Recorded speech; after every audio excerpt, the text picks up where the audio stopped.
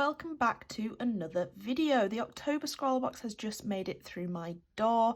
If you do not know what ScrawlrBox is, it is a monthly art subscription box where you receive a bunch of unknown art supplies. There is a featured artist with their featured artwork in the box and a little bit about them. There is a little sweet in every box, a vinyl Scrawlr sticker. There is a Scrawlr zine that tells you a bit about the supplies, a little bit about the artist. It also showcases artwork from people's social media accounts from two boxes prior to this box. There is also a Scrawlr challenge, which is a word or phrase where you use just the supplies in the box to create a piece of artwork from. So let's get into it. It feels quite heavy. It's got a little bit of bulk to it. So let's see. Let's take all of this out of the box. And I'm going to put these to one side. Okay, so this is the featured artwork. It looks very nice, some lovely colours on there. It could be some sort of crayon or pastel. Not really sure, but very nice. I like the concept, very block colour. Yeah, very nice, I like it. So this is the featured artist, a graphic designer and illustrator living in Austin, Texas, by way of upstate New York. So if you want to read a bit about them, and their social media links are at the bottom there, but very nice. I'm not going to open the Scrawlr zine yet. Let's see what the supplies are first.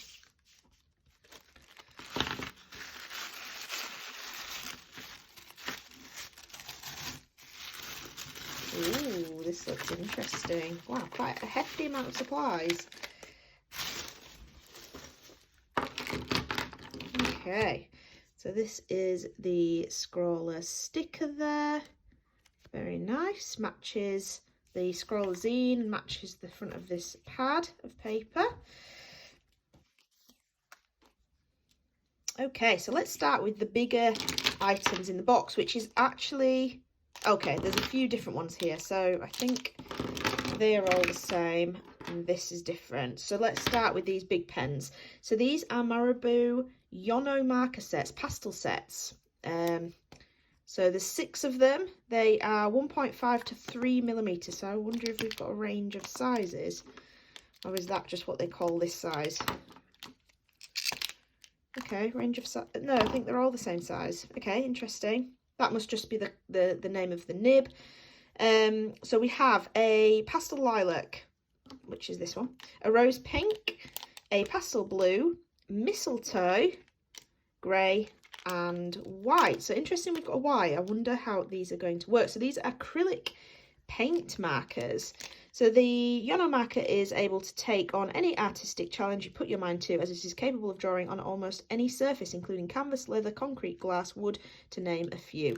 Possibly created, no, purposefully, not possibly, purposefully created with creativity, variety in mind. These markers featured a water-based, opaque, high-quality acrylic ink that guarantees brilliant colour results. Okay, so this, again, is another one to potentially rival the Uniposcas. So I am very curious as to find out how well they do, but very fat nibs, so that's going to make doing detail very difficult.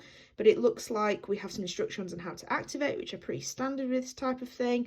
And interesting that we've got some pastel colours. Makes a change. It's usually bright, bold colours, so that's very nice. And then next we have the Pentel Bullet Point Marker N850 Black. So I think I've got one of these. That's a chrome marker. So it's interesting. We've got a nice black marker for that. And then lastly, so the last supply in the box is the custom ScrawlrBox multimedia sketchpad, 160 GSM, smooth white paper, 10 sheets. So we've gone for this long format again. We received a long format a year or two ago, and it was very interesting to see what people came up with. So this has some potential for some very different style artwork to try and fit within this format. Obviously, the featured artist hasn't used this format, so that's interesting. I know that sometimes they obviously don't have the same supplies when they're creating the artwork, so that will be interesting. Our sweet for this box is a tropical fizz. I do, as you know, I do love a sour or fizzy type sweet, so very nice and excited to try that.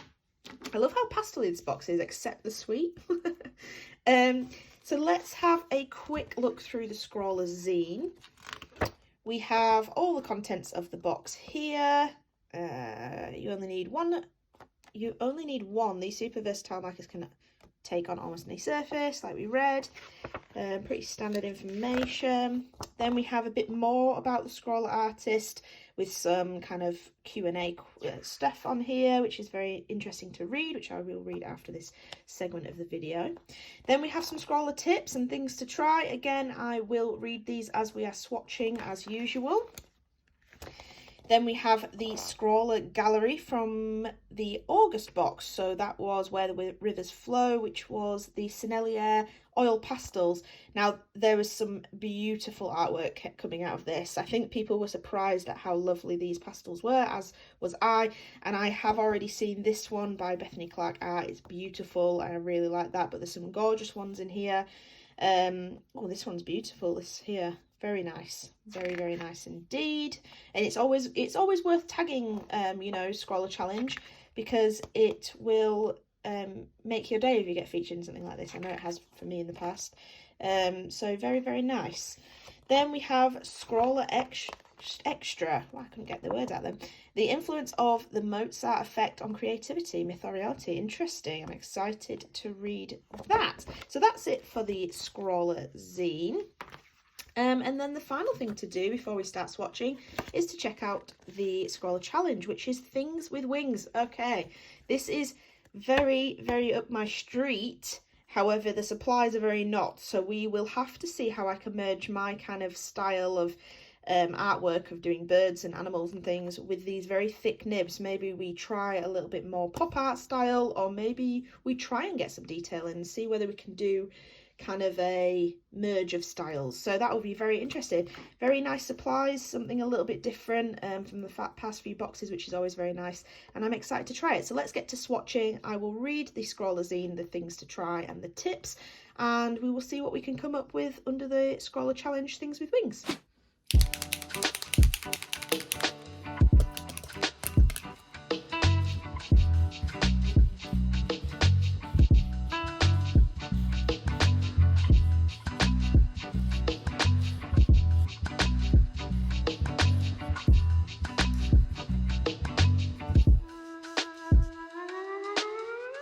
First things first, let's start with the things to try. These pens are called You Only Need One for a reason, because they can draw on pretty much anything and everything. I'm going to skip over the next bit because it's basically what we've read. The dreaded paint pen pilling. As the acrylic paint in these pens is so thick, paint pens have the tendency to pill on paper. This can be helped and also corrected. Work with a gentle hand when applying to paper, colour in small sections, try not to go back over the paint too much whilst it's still wet. If pilling does occur, wait for the paint to completely dry, then you can gently rub off any unwanted textures from your page. Add water. As these markers are a water-based acrylic paint marker, you can dilute them with water for some fun watercolour effects. You can also mix colours as long as the paint is still wet, either directly onto the paper or on a palette beforehand. Work fast, these markers dry quickly and will not reactivate once dried. These pens can be layered. Just make sure the underlay is completely dry first to prevent the paint bleeding. It's worth noting, as these are quite juicy markers, drying time is a little longer. The Pentel marker will also layer over or under the Yono markers really well, so you can add an extra detail and outline to work with ease. These markers are also capable of drawing and writing on a variety of surfaces, so you can use them all together on whatever surface you please. Then we've got a little bit of artist's advice. I'm not going to read all of it, but they basically say about, you know, doing it on different surfaces.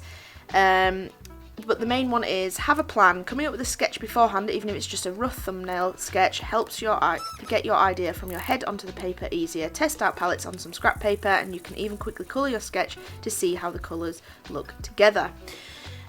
Okay, so based on those tips, I didn't want to do the adding water because any keen-eyed people who have seen my video from the last month's ScrawlrBox may have seen that the people who made the paper, I can't remember the brand now, actually commented on that video saying that I was basically using the paper wrong and I shouldn't use the water on the paper, which we all knew was true. I said that in the video, that I wasn't, you know, probably using the paper how I should have used it, and so in this video I didn't want to get off on the wrong foot with the paper, and so I didn't add any water to these. I did try and use them straight out of the pen. Now, the way it was saying that you can layer these, they pill a little bit, but you can avoid that, and also you can use that Pentel black marker on top or underneath. Yes, that is true, you can do all of that, but it does depend. If your pen, if the ink is a little wet on your page, it won't do it. If it's too thick, it makes streaks. As you may have just seen, this is actually my second attempt at this piece. I did draw this out twice and I did cover that background twice, and both times I couldn't get a nice even finish no matter how hard I tried. I tried applying lots of paint so that I could spread it quicker and hopefully put one even layer of paint down. I also tried doing it in small motions like it says in the tips, but either way, you know, you got streakiness and it was really difficult, and it did pill. This paper wasn't thick enough, it wasn't absorbed, you know, it should have been watercolour paper maybe for these pens. I feel like that would have worked better, unless you are literally doing a fine line and it's one continuous line, no overlapping of colours, anything like that. And as for that Pentel marker, I used that very shortly, and I did struggle to overlay that on top of the colours, even after letting the colours completely dry for 24 hours. So a little bit of play may be needed to see how best to use these supplies together, but all in all, it was a nice supply. I like the colours, I think they look lovely. This long format kind of pad of paper was really nice to use. It made me kind of think outside the box as to how I could use it, and in the end, looking at the colours, I thought Flamingo, and I don't know about you, I don't know if any of you agree, but the way flamingos look when they fly is hilarious. I think it's really funny, and I thought it worked really, really well for this format of paper. And then I kind of wanted to be a bit different and add some blue in there, so I did this kind of box behind it, but I made it a lot smaller than the flamingo itself, so we had a bit of overlap, a bit of interest. And then I added in a few clouds just again to add a little bit more interest behind. It's not my favourite thing I've ever done, but I think without spending another couple of weeks on this, and obviously I want to get this video to you to show the supplies, I kind of want to play around a little bit more and see what else I can come up with. But like I say, the supplies are very nice, I'm very pleased with them.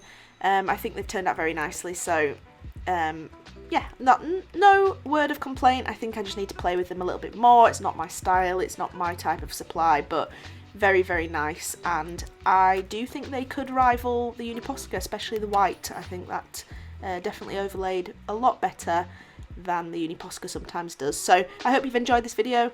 Please hit that thumbs up if you have, and I'll see you in the next one.